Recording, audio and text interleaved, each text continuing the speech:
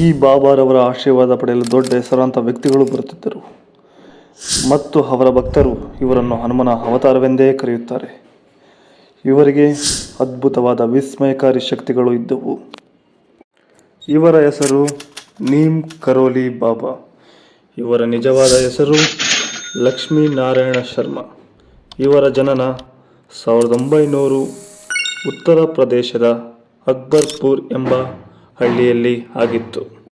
ನೀಮ್ ಕರೋಲಿ ಬಾಬಾರವರು ಭಗವಂತ ಹನುಮನ ಪರಮ ಭಕ್ತರು. ಹನುಮಂತನ ಅನುಗ್ರಹದಿಂದ ನೀಮ್ ಕರೋಲಿ ಬಾಬಾರವರಿಗೆ ಅದ್ಭುತ ಶಕ್ತಿಗಳು ಸಿದ್ಧಿಯಾಗಿದ್ದವು. ನೀಮ್ ಕರೋಲಿ ಬಾಬಾ ಅವರ ಆಶ್ರಮದ ಹೆಸರು ಕೈಚಿ ಧಾಮ್. ಇದು ಇರುವುದು ಉತ್ತರ ಪ್ರದೇಶದಲ್ಲಿ. ಈ ಆಶ್ರಮದಲ್ಲಿ ಹನುಮನ ದೇವಾಲಯ ಮತ್ತು ಪಕ್ಕದಲ್ಲೇ ಹರಿಯುವ ನದಿಯೂ ಇದೆ. ಕೈಚಿ ಧಾಮ್ ಆಶ್ರಮಕ್ಕೆ apple company owner Steve jobs ಕೂಡ ಭೇಟಿ ನೀಡಿದ್ದರು. ಅವರಿಗೆ ಆಪಲ್ನ ಐಡಿಯಾ ಸಿಕ್ಕಿದ್ದೇ ಇವರ ಆಶ್ರಮಕ್ಕೆ ಬಂದಾಗ. ಮಾರ್ಕ್ ಜುಕರ್ಬರ್ಗ್ ಫೇಸ್ಬುಕ್ ಮಾಲೀಕ. ಫೇಸ್ಬುಕ್ನ ನೆಕ್ಸ್ಟ್ ಲೆವೆಲ್ ತಗೊಂಡೋಗೋಕ್ಕೆ ಸ್ಫೂರ್ತಿ ಇಲ್ಲಿಂದನೇ ಸಿಕ್ಕಿದ್ದು. ಜೂಲಿಯಾ ರಾಬರ್ಟ್ಸ್ ನಟಿ. ನೀಮ್ ಕರೋಲಿ ಬಾಬಾರ ಫೋಟೋ ನೋಡಿ ಭಾರತಕ್ಕೆ ಬಂದು ಹಿಂದೂಯಿಸಂನ ಪ್ರಾಕ್ಟೀಸ್ ಮಾಡಿದ್ದಾರೆ ಎಂದು ಸ್ವತಃ ತಾವೇ ಹೇಳಿಕೊಂಡಿದ್ದಾರೆ. Hinduism is something that I'm very intrigued by. Where did it come from? Where did the interest come from? It came from seeing a picture of a guru called Neem Karoli Baba.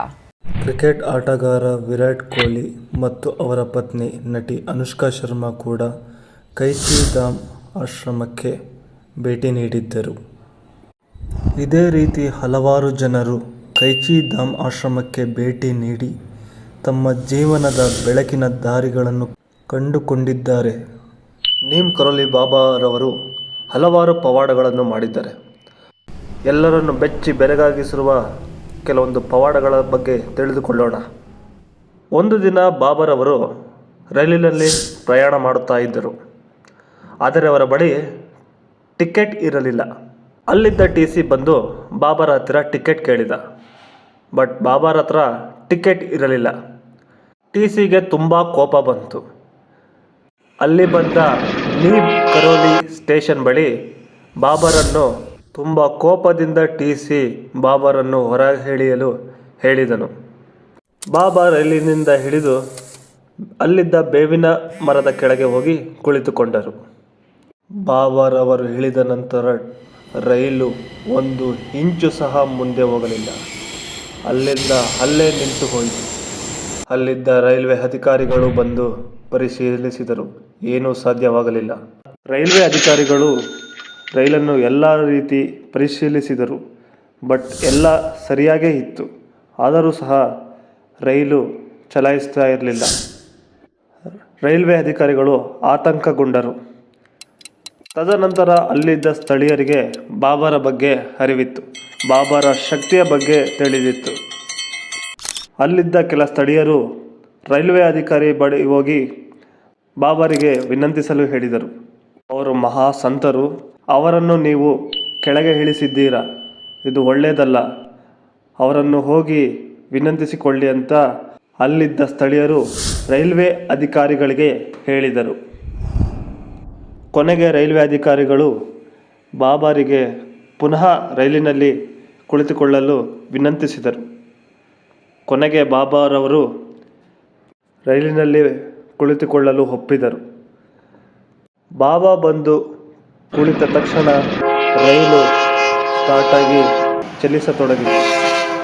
ಇದನ್ನು ಕಂಡ ಜನರು ಬೆಚ್ಚಿ ಬಿದ್ದರು. ಘಟನೆ ಎಲ್ಲ ನಡೆದಿದ್ದು neem Karauli station ಹತ್ತಿರ. ಮತ್ತೆ ಬಾಬಾರವರು ಕುಳಿತಿದ್ದು ಬೇವಿನ ಮರದ ಕೆಳಗೆ. ಬೇವಿನ ಮರಕ್ಕೆ ಹಿಂದಿಯಲ್ಲಿ ನೀಮ್ ಅಂತಾರೆ. ಹಾಗಾಗಿ ಇವರ ಹೆಸರು ನೀಮ್ ಕರೋಲಿ ಬಾಬಾ ಎಂದು ಪ್ರಸಿದ್ಧವಾಯಿತು. ನೀಮ್ ಕರೋಲಿ ಬಾಬಾರವರ ಇನ್ನೊಂದು ಪವಾಡದ ಬಗ್ಗೆ ತಿಳಿದುಕೊಳ್ಳೋಣ ಬನ್ನಿ. ಒಂದು ದಿನ ಬಾಬಾ ಇದ್ದಕ್ಕಿದ್ದಂತೆ ನಡೆದುಕೊಂಡು ವಯಸ್ಸಾದ ಗಂಡ ಹೆಂಡತಿಯ ಮನೆಗೆ ಹೋದರು. ಬಾಬಾರವರು ವಯಸ್ಸಾದ ದಂಪತಿಗಳಿಗೆ, ಇವತ್ತಿನ ರಾತ್ರಿ ನಾನು ಇಲ್ಲೇ ಉಳಿದುಕೊಳ್ಳುತ್ತೀನಿ ಎಂದು ದಂಪತಿಗಳಿಗೆ ಬಾಬಾರವರು ಹೇಳಿದರು. ವಯಸ್ಸಾದ ದಂಪತಿಗೆ ತುಂಬ ಖುಷಿಯಾಯಿತು, ಏಕೆಂದರೆ ಯಾರನ್ನ ನಾವು ದೇವರು ಅಂದ್ಕೊಂಡಿದ್ದೆವೋ ಅವರೇ ಸ್ವತಃ ತಮ್ಮ ಮನೆಗೆ ಬಂದಿದ್ದಾರೆ ಎಂದು ಖುಷಿಪಟ್ಟರು.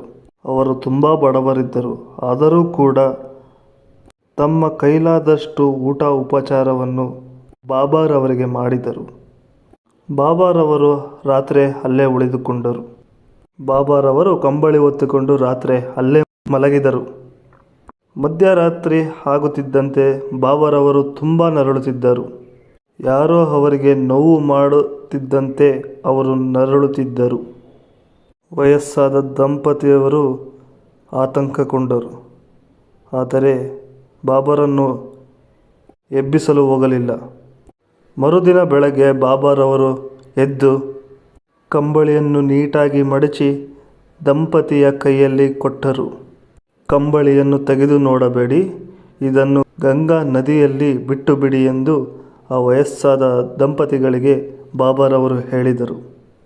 ವಯಸ್ಸಾದ ದಂಪತಿಗಳು ಬಾಬಾರವರ ಮಾತಿನಂತೆ ಆ ಕಂಬಳಿಯನ್ನು ತೆಗೆದುಕೊಂಡು ಹೋಗಿ ಗಂಗಾ ನದಿಯಲ್ಲಿ ಬಿಟ್ಟು ಬಂದರು. 1 ತಿಂಗಳ ನಂತರ ಅವರ ಮಗ ಬಂದನು. ಅವರ ಮಗ ಆರ್ಮಿಯಲ್ಲಿ ಇದ್ದರು. ಬಾಬಾ ವಯಸ್ಸಾದ ದಂಪತಿಯ ಮನೆಯ ಬಂದಿದ್ದ ರಾತ್ರಿಯೇ ಅವರ ಮಗ ಯುದ್ಧದಲ್ಲಿದ್ದ. ಯುದ್ಧದಲ್ಲಿ ಅವರ ಮಗನನ್ನು ಶತ್ರುಗಳು ಬಂಧಿತ ಮಾಡಿ ಎಲ್ಲ ಕಡೆಯಿಂದ ಗೋಲಿ ಚಲಾಯಿಸುತ್ತಿದ್ದರು. ಜೊತೆಯಲ್ಲಿದ್ದ ಸೈನಿಕರೆಲ್ಲ ಸಾಯುತ್ತಿದ್ದರು. ಆದರೆ ವಯಸ್ಸಾದ ದಂಪತಿಯ ಮಗನಿಗೆ ಒಂದು ಗುಂಡು ಸಹ ಬೀಳುತ್ತಿರಲಿಲ್ಲ. ವಯಸ್ಸಾದ ದಂಪತಿಗೆ ಬಾಬಾರ ಶಕ್ತಿಯೇ ತನ್ನ ಮಗನನ್ನು ಕಾಪಾಡಿತು ಎಂದು ಅರಿವಾಯಿತು. ಇದೇ ರೀತಿ ಬಾಬಾರವರು ಬಹಳಷ್ಟು ಜನರನ್ನು ರಕ್ಷಿಸಿದ್ದಾರೆ.